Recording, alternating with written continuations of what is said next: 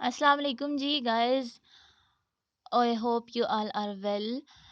Today our topic is Redress of Poetry by Seamus Hine. Some people call Seamus or some call Seamus. Okay.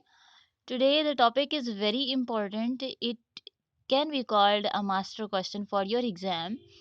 आप इस question को attempt करें, याद करें, गौर से ध्यान से वीडियो को सुनिएगा, स्किप मत कीजिएगा।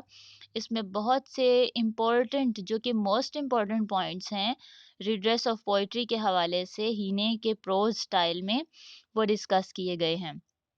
तो ध्यान से सुनिएगा और स्टार्ट हम करते हैं हीने के प्रोज स्टाइल से कि 1939 में पहले थोड़ी सी इनकी लाइफ देखते हैं। इनकी बर्थ हुई थी और इनकी डेथ जो है 2013 में हुई थी।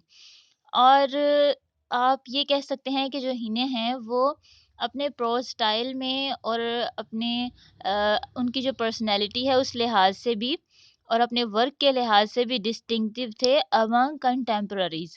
कंटेम्प्ररीज जो होते हैं वो आपके हम असर होते हैं, जो आपके टाइम पीरियड में आपके पाए के आपकी रेस के जो लोग होते हैं। फॉर एग्जांपल हीने के टाइम पीरियड में जो लिटरेरी राइटर्स थे या जो लोग पोइट्स थे वो सारे के सारे क्या कहलाएंगे, कंटेम्प्ररीज कहलाएंगे। और हीने जो हैं उनका वर्क जो है कॉम्प्रिहेंसिव वर्क है जो कि रीड्रेस ऑफ पोइट्री की फॉर्म में हमारे सामने आया है। पोइट भी थे हीने और उसके अलावा नोबेल प्राइज़ भी इनको मिला है। इन्होंने वॉन किया है 1997 में। और क्यों इनको ये नोबेल प्राइज़ मिला है, इसकी रीज़न ये है कि इन्होंने अपनी पोइट्री के डिफेंस में जो वर्क लिखा है रिड्रेस ऑफ पोइट्री। और ये हम ये कह सकते हैं कि एक रिस्ट्रिक्शंस लगाने वाले पोइट नहीं थे, ये फ्री वर्क करते थे। फ्री वर्क कैसे करते थे कि नोबेल प्राइज़ जो है इनको इस वजह से मिला था कि ऐसा पोइट या ऐसा राइटर या कोई ऐसा इंसान जो कि आपके काम को या अपने वर्क को किस तरह से पेश कर रहा है, उसकी जो कंडीशन होती है वो सर्विसेज होती हैं। ठीक है, उनको मिला था सर्विसेज फॉर पोइट्री। ठीक है, सर्विसेज फॉर पोइट्री के लिए उनको ये नोबेल प्राइज़ मिला था। ऐसा पोइट जो आप ये कह सकते हैं कि सोसाइटी में जो अमन पसंद होता है, अमन को पसंद करता है और अमन फैलाने की कोशिश करता है, ऐसे इंसान को नोबेल प्राइज़ मिलता है। ओके, तो नेक्स्ट जो वीडियो होगी इसके बाद हम उसमें कंप्लीट इनका इंट्रोडक्शन पढ़ेंगे सेamus heaney का। और उसके अलावा हम ये भी देखेंगे कि रिड्रेस ऑफ पोइट्री में उन्होंने क्या-क्या कहा है। ये आपके लिए बहुत ज़्यादा हेल्पफुल होंगी दोनों वीडियोज़। ये जो अभी मैं बना रही हूँ और इसके बाद जो नेक्स्ट बनाऊँगी, दोनों लेक्चर्स मोस्ट इम्पोर्टेंट है। So stay tuned with us learning site. तो जो फर्स्ट पॉइंट है इनकी पोइट्री का, इनकी राइटिंग स्टाइल का, वो ये है कि अवॉइड करते हैं वीकनेसेस को। इनके वर्क में जो वीकनेसेस हैं उनको डिनाई करते हैं और अवॉइड करते हैं, इस चीज़ की कोशिश करते हैं। और दूसरी ये कि canvas of writing is not very broad. ठीक है, इनका जो कैनवस ऑफ राइटिंग, अब कैनवस ऑफ राइटिंग से ये मुराद है कि इन्होंने जो कुछ भी लिखा है, जितना भी वर्क प्रोड्यूस किया है, उस सारे के सारे में पोइट्री ही इधर-उधर घूम फिर रही है। ठीक है, जैसे रीड्रेस ऑफ पोइट्री लिखा और फिर उसके बाद ये खुद पोएट भी थे। ठीक है, इंग्लिश लिटरेचर के प्रोफेसर भी थे। Limited to his own field, for example poetry. ठीक है, ये बात आपको पहले बता दी। थॉट प्रोवोकिंग इनके आइडियाज होते हैं।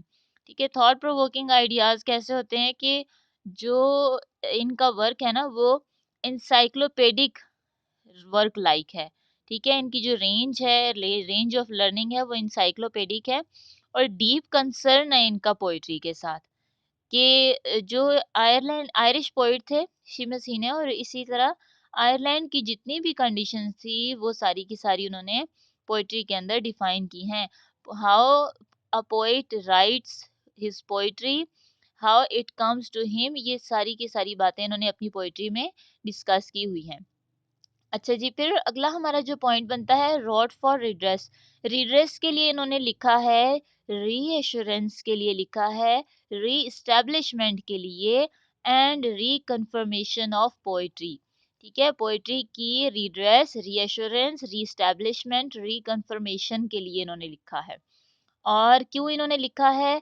क्योंकि एग्जैजरेट किया गया था पोइट्री के हवाले से कि it is the waste of time, waste of energy and waste of money. Reassurance का जनाब यहाँ पर मतलब ये है कि किसी चीज़ को यकीनी तौर पर बयान करना। ठीक है, रीस्टैब्लिशमेंट वही होता है कि दोबारा से किसी चीज़ को रीस्टैब्लिश करना, वजूद में लाना। और रिड्रेस का आपको ऑलरेडी मतलब पता है कि इसका मतलब है किसी चीज़ की इस्लाह करना। ठीक है, और रिकन्फर्मेशन यही होता है, यकीन दहानी किसी चीज़ की करवाना कि जनाब ये चीज़ें थी, ऐसे-ऐसे पोएट्री ने हमें जो है सोसाइटी में ये चीज़ें लेकर आई है। तो इस्लाह के हवाले से जब हम देखते हैं तो हमें इकबाल की जो पोएट्री है, अल्लामा इकबाल रहमतुल्लाह अलैह की, उनकी पोएट्री जो हमारे माइंड में आती है कि उनकी पोएट्री ने कभी भी किसी भी इंसान को, चाहे वो किसी भी कास्ट से है, चाहे वो किसी भी मज़हब से है, किसी भी रिलीजन का है इंसान या किसी भी खित्ते का है, उसको उनकी पोएट्री ने कभी भी रॉन्ग वे नहीं दिखाया है। ठीक है, सोसाइटी में अब मुस्लिम्स की कंडीशन देख लेना ना, उन्होंने सारी की सारी बयान की हुई है। तो यही चीज़ इन्हें भी समझाना चाह रहा है। इस जो रिड्रेस ऑफ पोएट्री है इसमें, ये उसका डिफेंस ऑफ पोएट्री है। जिस तरह आपने एन अपोलॉजी फॉर पोएट्री पढ़ा था सिडनी का, जैसे उसने डिफेंस किया है पोएट्री का, इसी तरह हीने ने भी डिफेंस किया है पोएट्री का।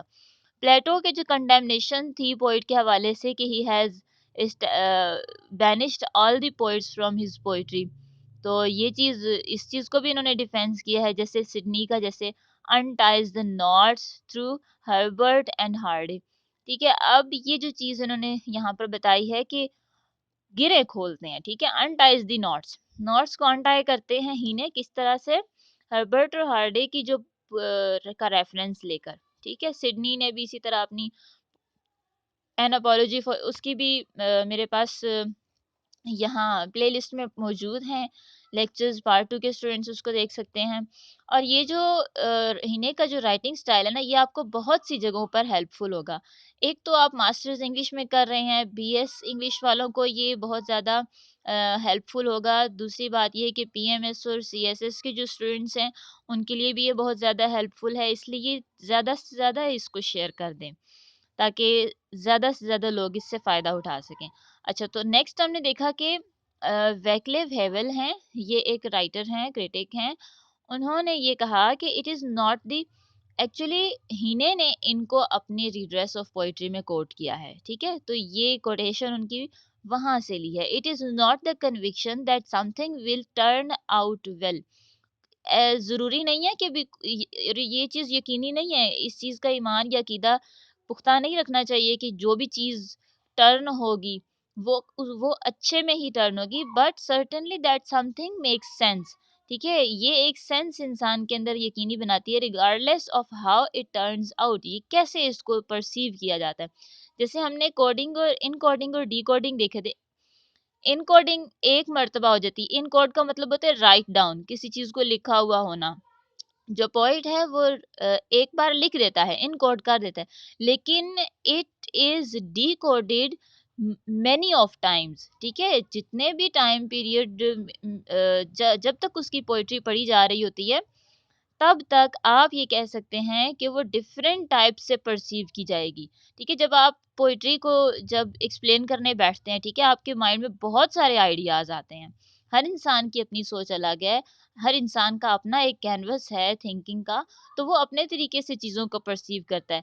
जो राइटर का या जो पोइट का तो कैनवस है ही है, उसने तो इनकोड कर दिया, लेकिन डिकोडिंग जो है डिफरेंट तरीके से होती है, हर इंसान के अपने लेवल की होती है। अच्छा, तो ये एक पॉइंट आपका यहाँ पर क्लियर हुआ कि अवॉइड करता है वीकनेसेस को। ठीक है, सेकंड जो चीज़ है क्वालिटी ऑफ प्रिसाइजनेस है। किसकी? ये हीने की प्रोज राइटिंग में क्वालिटी ऑफ प्रिसाइजनेस है। ठीक है, conveys his thoughts and meanings through words and avoid superfluous and वेग एक्सप्रेशंस। ठीक है, सुपरफ्लुअस कहते हैं कि बढ़ा चढ़ा के कोई चीज़ बयान कर देना, एग्जैजरेशन या कर देना। वेग होता है, एक एम्बिग्विटी या कंफ्यूजन, उस तरह के ब्लर आइडियाज नहीं वो देता, ब्लर एक्सप्रेशंस को वो अवॉइड करता है। और उसके जो अवॉइड जो थॉट्स और मीनिंग्स हैं उनको वर्ड्स के थ्रू बड़े अच्छे ही तरीके से कन्वे करता है अपने रीडर को। अच्छा, तो एक और चीज़ यहाँ पर आपको नेक्स्ट जो आपको बता रही हूँ वो ये है कि third, clarity due to precise precision in sentences. ठीक है, क्लैरिटी और ब्रेविटी है उसकी राइटिंग में, उसके सेंटेंसेस में। जैसे वो ये कहता है कि the movement of poetry is from delight to wisdom. ठीक है, जो पोइट्री क्या काम करती है, पोइट्री आपको डिलाइट से विजडम की तरफ ले जाती है। तो ये बहुत सी चीज़ों में जैसे चार्जेस थे पोइट्री पर कि पोइट्री ऐसी है, वैसी है, फलाँ, यानी प्लेटो ने जिस तरह से चार्जेस लगाए थे, तो ये डिलाइट कहते हैं खुशी को, ये आपको हैप्पीनेस से विज़डम की तरफ ले जाती है, आपको समझदारी अता करती है। तो थर्ड ये पॉइंट हो गया हमारा। और उसके अलावा आप एक चीज़ लास्ट में आपको एक मोस्ट इम्पोर्टेंट चीज़ बताऊँगी, मेरे माइंड में अभी आई है, वो एंड में आपको बताती हूँ। अच्छा, फोर्थ जो पॉइंट है हमारा वो है एफोरिस्टिक एंड विटी। ठीक है जी, एफोरिस्टिक और विटी स्टाइल है। एफोरिस्टिक यही होता है कि एक इंसान प्रिसाइसली किसी चीज़ को बड़े अच्छे तरीके से बयान कर देता है, तो वो एक एफोरिस्टिक स्टाइल होता है। विट होती है इंसान की अकल, इंसान के अपने दिमाग के अंदर से जो चीज़ निकल रही है दूसरी चीज़ों को पढ़ने के बाद, वो एक विट होती है। पैराडॉक्सिस वो यूज़ करता है, कंपैरिजंस एंड कंट्रास्ट्स करता है। अच्छा जी, पैराडॉक्सिस कंपैरिजन और कंट्रास्ट किस तरह से करता है, जैसे क्रिएटर्स और फिर क्रिएटिव्स। ठीक है, क्रिएटर कौन है और क्रिएटिव क्या चीज़ है, हेवन और अर्थ, फिर soul, body, life, death, grace और गिल्ट, यानी वकार और एक पुरवकार चीज़ होती है और एक गिल्ट होता है इंसान के।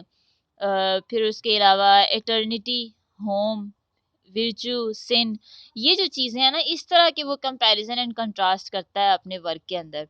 ठीक है, पोइट्री क्या कहता है कि poetry is comprehensive of events but not productive of events.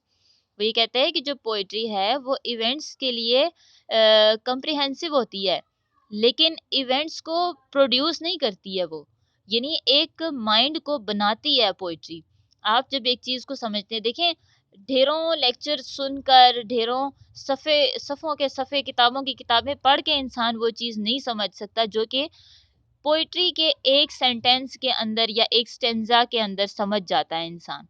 ये चीज़ होती है जो मेन इंसान का माइंड को बनाती है। आगे हम देखते हैं कि जॉर्ज बर्कले को वो कोट करते हुए कहते हैं कि the taste of the apple lies in the contact of the fruit with the plate, not in the fruit itself.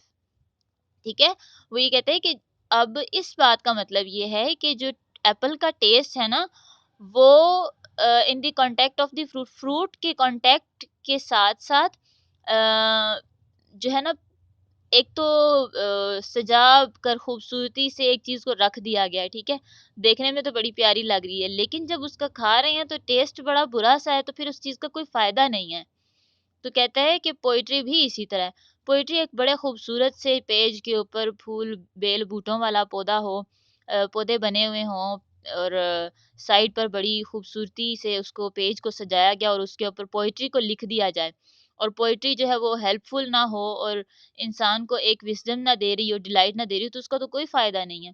तो यही हिसाब एक फल के साथ भी और यही हिसाब एक पोइट्री के साथ भी है कि पोइट्री को अच्छे तरीके से अगर आप पेश करेंगे, तो उसके लफ्ज़ अच्छे चूज़ किए हुए होने चाहिए, उसका जो स्टाइल है वो अच्छा होना चाहिए, यानी कि एक कॉमन मैन जो आम इंसान है वो भी उसको बड़े अच्छे तरीके से समझ जाए, तब उसका फ़ायदा है। अदरवाइज़ अगर ये आपको देखें, जो प्लेटो ने जो चार्ज किया था ना, प्लेटो ने ये कहा था कि it is only the waste of time, ठीक है, यानी it is mother of lies, यानी कि उसने इसलिए कहा था, बैनिश उसने इसलिए पोइट्स और उनकी पोइट्री को किया था क्योंकि उस टाइम पीरियड में जो पोइट्री हो रही थी ना, जो पोइट्स उस टाइम पोइट्री कर रहे थे, वो जो पोइट्री थी वो यूजलेस पोइट्री थी। ठीक है, वो किसी काम की नहीं थी, लोगों को वो फायदा नहीं दे रही थी। इस वजह से उसने कहा था कि जो स्कूल्स हैं उनमें एज अ करिकुलम जो है पोइट्री को हटाकर फिलॉसफी को रख दिया जाना चाहिए। ये रीज़न थी, इसके अलावा तो और ऐसी कोई रीज़न नहीं थी। अच्छा जी, हिने के राइटिंग प्रोज स्टाइल में फिफ्थ नंबर पर जो चीज है वो एनेक्डोट्स है। ठीक है, एनेक्डोट्स क्या होता है जनाब? एनेक्डोटल कहते हैं मंतकी। ठीक है, वो मंतकी बातें करके, लॉजिक्स दे देकर, स्टोरीज की हेल्प से वो समझाता है। ठीक है, हिने अपने वर्क में किस तरह से हमें समझा रहा है, अपने आर्ग्यूमेंट्स को वो स्टोरीज की हेल्प से हमें समझाता है। ठीक है, उनको डेवलप करता है। और एक आप ये कह सकते हैं कि जो रिड्रेस ऑफ पोएट्री है वो with the story of a visionary crew. Crew कहते हैं अमले को, और विजनरी जो होता है ना, एक विजन यानी नजरियाती एक अमला है, उसके थ्रू इसने पेश किया है। अब ये नहीं कि ऐसे ही उठा के इसने लिख दिया, इसने बहुत सारी आप ये कह सकते हैं रेफरेंसेस लिए हैं, इधर उधर से बहुत से कोट्स लिए हैं, और जितने राइटर्स हैं, क्रिटिक्स हैं इससे पहले के, उन सबको उसने कोट किया है, हर चीज़ का उसने आंसर दिया है। और जो एवरीडे लाइफ की जो प्रैक्टिसेस होती हैं उसके थ्रू उसने रीडर की सेंस बनाई है, उसके थ्रू उसने इंट्रोड्यूस कराया है कि जनाब ये चीज़ ऐसे है और ये चीज़ ऐसे नहीं है। और फिर उसके बाद जो लैंग्वेज है, ठीक है, फिफ्थ के बाद सिक्स पॉइंट आप ये कीजिएगा इसमें ऐड, के जो लैंग्वेज है वो उसने बड़ी अच्छी यूज़ की है। ठीक है, उसने ना सिर्फ आर्टिस्टिक डिवाइसेस यूज़ की हैं अपने वर्क को अच्छा बनाने के लिए, और एक हेल्पफुल, और आप ये कह सकते हैं कि एक वाइज वर्क बनाने के लिए, उसने अपनी थॉट को कन्वे करने के लिए लैंग्वेज और के मीनिंग और थॉट्स को बड़े खूबसूरती से बयान किया। नेक्स्ट देखें कि जो सिक्स पॉइंट में लिखा है वो इसी के साथ आपको आप इसको ले सकते हैं कि use of proper words eight proper places, कि सही अल्फाज का सही जगह पर इस्तेमाल करना, तभी आपका जो काम है या जो आपकी बात है वो अच्छे तरीके से समझी जा सकती है। अब एक ऐसी जगह है जहाँ पर कुछ वर्ड्स को यूज़ करना मुनासिब नहीं है, तो ये आपके लिए हेल्पफुल नहीं होगा, आप अपनी बात किसी को समझा नहीं सकते हैं। तो उस चीज़ को कोट करते हुए वो ये कहते हैं कि poetry leads from delight to wisdom. यही चीज़ हमने पीछे ऊपर भी पढ़ी है। और नेक्स्ट एक कोट है, लाइफ रेजेस क्वेश्चंस, जिंदगी सवाल उठाती है, पोएट्री आंसर्स देम, और पोएट्री जो है उनके आंसर्स देती है। और एक और यहाँ पर आपको मैं कोट लिखवा देती हूँ, इसको राइट डाउन कर लीजिए कि यहाँ पर लिखने का ज़्यादा टाइम नहीं होता और वीडियो भी बहुत लंबी हो जाती है। Poetry does not need to invoke a god to sanction its workings. कि जो पोइट्री है वो इसका इसकी ज़रूरत ये नहीं है कि जो गॉड हैं वो जो है एक इंस्पायरेशन देते हैं या पाबंदी लगाते हैं पोइट्री के काम पर। इट्स ट्रुथ, ये हकीकत है, ये पोइट्री जो है रियलिटी है। यानी ये कहा गया था ना कि पोइट्स जो हैं, जैसे जॉन कीट्स की हमने पोइट्री में पढ़ा था कि उन्होंने अपनी पोइट्री में रेफरेंस दिया था ग्रीक जो फाउंटेन्स हैं, जो ग्रीक आप ये कह सकते हैं कि जो चश्मे वगैरह थे, नदी नदी थी एक, जहाँ पर गॉड्स जो हैं वो स्टे कर रहे हैं, और वो जो उस फाउंटेन से जो है ना पोइट्स को मिलती है, एक इंस्पायरेशन मिलती है उस चश्मे से, या उस नदी नहर से, एक स्ट्रीम है उससे इंस्पायरेशन मिलती है। जो रीडर है रीडर्स ऑफ पोइट्री में हीने ने कहा कि नहीं, ऐसा नहीं है, does not stand upon external testimony. ठीक है, एक्सटर्नल कुछ भी नहीं होता, बाहर से कुछ नहीं होता, ये इंसान के अपने अंदर से निकलती है। But is carried live into the heart by passion, ये मेन चीज देखें, into the heart by passion, ये दिल से निकलती हैं ये चीजें। ठीक है, ये कोई बाहर से आकर इंसान के अंदर चीज नहीं डालती, बल्कि इंसान के अंदर से बाहर निकलती हैं चीजें, जो कुछ आप किसी को समझाना चाह रहे थे। सेवन्थ जो पॉइंट है वो है हमारा कंट्रोवर्शियल एस्पेक्ट्स। ठीक है, कंट्रोवर्शियल एस्पेक्ट्स जैसे मैंने आपको पीछे बता दिया कि वो कंट्रास्ट करता है, कंपैरिजंस करता है, ये वही चीज है। No compromise on merit. ठीक है, कंप्रोमाइज नहीं करता मेरिट पे, कि जनाब आप प्रोपेगंडा नहीं कर सकते किसी चीज पर भी। तो इस लिहाज से जो हीने हैं वो क्या करता है, अपीयर कर, यानी कैसे अपीयर हुआ है, चैलेंजिंग अपीयर हुआ है। ठीक है, टॉक्स अबाउट यूनिवर्सल ट्रूथ, एक यूनिवर्सल ट्रूथ की बात करता है, कंट्रोवर्सीज की वो बात करता है, और वो ये क्लेम करता है कि जो पोइट्री है has nothing to do with politics and that is it is self sufficient. कैसे भी, कि obedience to the force of gravity is the greatest sin. ठीक है, यानी जैसे अब हमने एक चीज पढ़ी थी वेटिंग फॉर गॉडो में, उसने ये कहा था, एस्ट्रागन ये कहता है कि जनाब हमारा तो पैदा एग्जिस्टेंस ही हमारा गुनाह हो गया, हम पैदा होकर ही गुनाह हो गए हैं, हमारा होना ही गुनाह है। तो ये obedience to the force of gravity के जो फोर्स ऑफ ग्रेविटी है उसको मान लेना ही एक ग्रेट सिन है। ये देखें कि मेन चीज तो ये है ना कि जनाब एक हम इस चीज पर कशिश शकल पर बिलीव करते हैं कि जमीन हर चीज को अपनी तरफ खींचती है। अगर इस पर ये इस जमीन के अंदर ये वाली पावर ना होती तो हम तो हवा में उड़ रहे होते। ठीक है, तो ये वो वाली बात आ गई। तो वो यूनिवर्सल ट्रुथ की बात करता है कि पॉलिटिक्स और जो पोइट्री है उसका आपस में कोई लेन देन नहीं है। हम वो बड़े अच्छी तरीके से इस बात का क्लेम करता है, दावा करता है कि poetry has nothing to do with politics. There is one thing common in politics and poetry, that is P. ठीक है, दैट इज अल्फाबेट पी। ये एक कोटेशन है। ठीक है, there is only one thing common in politics and poetry, that is alphabet P. ये एक quotation है, इसको भी ऐड कर लीजिए अपने पास।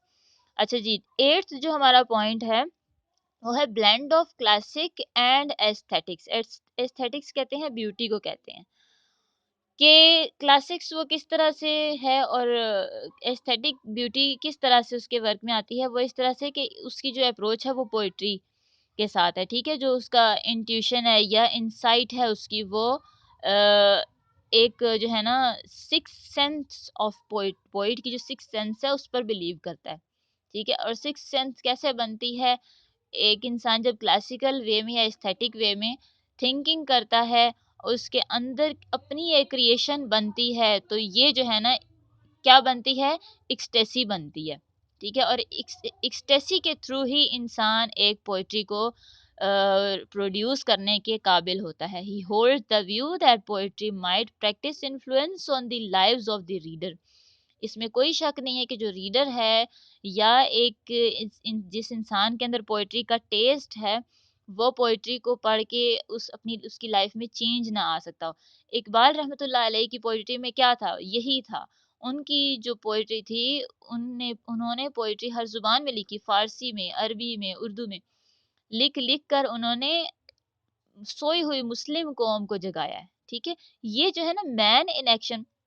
अच्छा, एक पॉइंट जो है वो मेन है इन्हें की भी, और आप ये कह सकते हैं इकबाल रहमतुल्लाह अलैह की भी पोइट्री में, और वो ये है कि इन दोनों की पोइट्री ने सोई हुई कौम को जगाया था।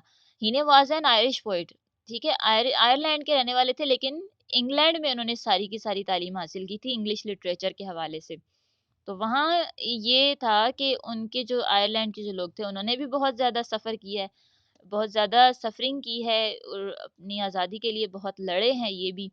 तो इन्होंने अपनी कौम को जगाने के लिए पोइट्री का सहारा लिया। ठीक है, आपने एक पोएम है इनकी जिसमें उन्होंने स्पैड और पेन की बात की है, कि उन्होंने एक एज अ वेपन उन्होंने पेन को लिया है।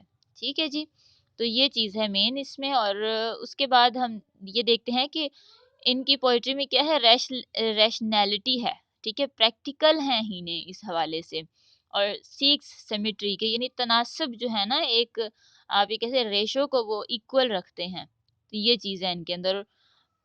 और एक और चीज़ जो मेन आपको बताती चलूँ यहाँ पे, कि क्लासिक का जो यहाँ मीनिंग लिया गया है ना, क्लासिक को जो हीने हैं वो बिलीव करते हैं एज अ रीज़न। ठीक है, क्लासिक बिलीव्स इन रीज़न। ठीक है, जो पुराने यानी क्लासिक वे में जो लोग सोचते हैं उनका बिलीव रीजंस पर होता है, आंखें बंद करके नहीं वो बिलीव करते किसी चीज़। और aesthetics believe in intuition. Intuition होता है कि वजदान, इल्हाम। ठीक है, ब्यूटी जो है ना, वो आप ब्यूटी जब माइंड में आती है तो आप किड्स को ले लें, और टू नाइटिंगेल उसका देख लें, फिर उसके बाद और टू ग्रेशन अर्न देख लें, फिर यानी इस तरह की जो उनकी चीज़ पोइट्री है, उनके जो ऑर्ड्स हैं वो ब्यूटी पर, एस्थेटिक ब्यूटी जो है ना पर बिलीव करते हैं, उस पर सारी उनकी बेस कर रही है पोइट्री। क्लासिक भी हैं वो। ठीक है, जब हम उनको देखते हैं एज अ ग्रीक राइटर, वो किस किस तरह से अपनी पोइट्री को प्रेजेंट कर रहे हैं, तो ये जो चीज़ें हैं ना, ये हीने के अंदर भी है, blend of classic and aesthetics है। अच्छा, नाइन्थ जो हमारा पॉइंट है वो है एनालिटिकल। एनालिटिकल इस तरह से है कि तज्जिया निगार हैं, ठीक है, किसी ना किसी हर चीज़ का तज्जिया करते हैं फिर उसको प्रेजेंट करते हैं। और उसके हवाले से उन्होंने ये कहा कि the world of poetry and world of reality are two different worlds, ठीक है जी। पोइट्री की जो दुनिया है और जो हकीकत की जो रियलिटी की जो दुनिया है, ये दोनों टू डिफरेंट वर्ल्ड्स हैं, but they depend on each other, लेकिन फिर भी ये एक दूसरे पर डिपेंड कर रही हैं, एंड री ईच अदर, और एक दूसरे को ही री कर रही हैं, ठीक है। तो ये एनालिसिस है इनका, ठीक है, किस हवाले से, कंप्रिहेंसिव एनालिसिस ऑफ पोइट्री है, ठीक है जी। ये एनालिटिकल में आपकी मेन जो चीज़ आपको बता रही हूँ, ये इस पॉइंट में आप ऐड करेंगे। और नॉन पार्शल, ठीक है, most important word, non partial. Non partial इस तरह से कि वो गैर जानिबदार रहते हैं, ठीक है, किसी चीज़ की तरफदारी नहीं कर रहे हैं अपनी पोइट्री में, ये जो है ना मेन चीज़ है उनकी। अच्छा जी, अब थोड़ा सा देखते हैं हम इनको, यानी इसको सम अप करते हुए हम ये लिखेंगे कि पिथ एंड नैरो जो है ना इस सारी की सारी डिस्कशन का, वो ये है कि as a English literature professor, ठीक है, हीने हीने इंग्लिश लिटरेचर के प्रोफेसर थे। उन्होंने जो है ना वो बड़े ही अच्छे तरीके से अपने राइटिंग जो स्टाइल है उसको ब्लेंड किया है सारे का सारा, और इतना इजी बनाया है कि एक आम इंसान भी उसको बड़े अच्छे तरीके से समझ सकता है। डिस्क्रिप्टिव वर्क है उनका, ठीक है, थॉरोली डिस्क्रिप्टिव है। और आप ये कह सकते हैं कि इलस्ट्रेटिव, वेल इलस्ट्रेटिव वर्क है, ठीक है, डिटेल्स उन्होंने बड़ी अच्छी सी दी हैं, ह्यूज नंबर ऑफ रेफरेंसेस हैं उनकी राइटिंग में, और perfectly fit for his position, और अपनी जो उन्होंने पोजीशन एक बनाई है ना अपने कंटेम्प्रेरीज के बीच में, वो ये चीज़ है। As a English literature professor उन्होंने बड़े अच्छे तरीके से टैकल किया है अपने वर्क को। और लास्ट में हम कोट कर लेते हैं डायलन थॉमस को, जिन्होंने ये कहा था कि हीने के हवाले से, हीने के बारे में उन्होंने ये कहा था कि light breaks where no sun shines, ठीक है। यानी पैरा आप इस तरह से बनाएंगे कि जो हीने हैं, he has safely enshrine as a modern classic, ठीक है जी। मॉडर्न क्लासिक इस वर्ड को आप इन्वर्टेड कोमास में लिखेंगे कि एक बड़े ही अच्छे तरीके से उन्होंने कम्प्रिहेंसिवली पोइट्री का डिफेंस किया है अपने वर्क में, और ये हिस्ट्री ऑफ पोइट्री में एक बहुत ही ग्रेट वर्क माना जाता है, ठीक है। और उनका जो स्टाइल है वो इस स्टेटमेंट के साथ आप एंड करेंगे कि light breaks where no sun shines, और जो poetry has a power of sustaining man in difficulties, के इंसान जितनी भी मुश्किल में होता है, उस सारी की सारी मुश्किल के अंदर क्या होता है कि उस डिफिकल्टी में भी इंसान पोइट्री के थ्रू सस्टेन कर सकता है, ठीक है। इतनी पावर है पोइट्री के अंदर, ये जो है हीने का डिफेंस ऑफ पोइट्री। तो जनाब ये जो है आपको बहुत अच्छा सा हो गया होगा, होप सो आपको समझ आई होगी इस लेक्चर की। और वीडियो अगर पसंद आई है तो इसे लाइक कीजिए, शेयर कीजिए, और लर्निंग साइट चैनल को सब्सक्राइब कीजिए, और बेल आइकन को प्रेस कीजिए, ताकि आपको तमाम के तमाम जितने भी आपके यहाँ पर लेक्चर्स अपलोड हो रहे हैं आपको टाइमली मिल जाया करें, क्योंकि एग्ज़ाम का कोई पता नहीं है, कोरोना वायरस सर पर है, और उसके हवाले से जो एकेडमीज़ हैं वो बंद हुई हुई हैं, तो आपको यहीं से हेल्प्स मिल सकती हैं। और जितना भी मटेरियल सर्च बेस होता है, यकीन जाने काफ़ी काफ़ी टाइम लग जाता है आपके लिए नोट्स प्रिपेयर करने में, और लाइट का बहुत ज़्यादा इशू है, आज भी लाइट नहीं है, जिसकी वजह से यही चीज़ जो है ना बेस्ट है कि नोट्स आपके लिए रिटन हैंड रिटन फॉर्म में करके वीडियो आपके लिए अपलोड की जाए। तो मिलते हैं जनाब नेक्स्ट वीडियो के साथ। वीडियो को शेयर कीजिएगा लाजमी। Thank you so much. अल्लाह हाफिज़।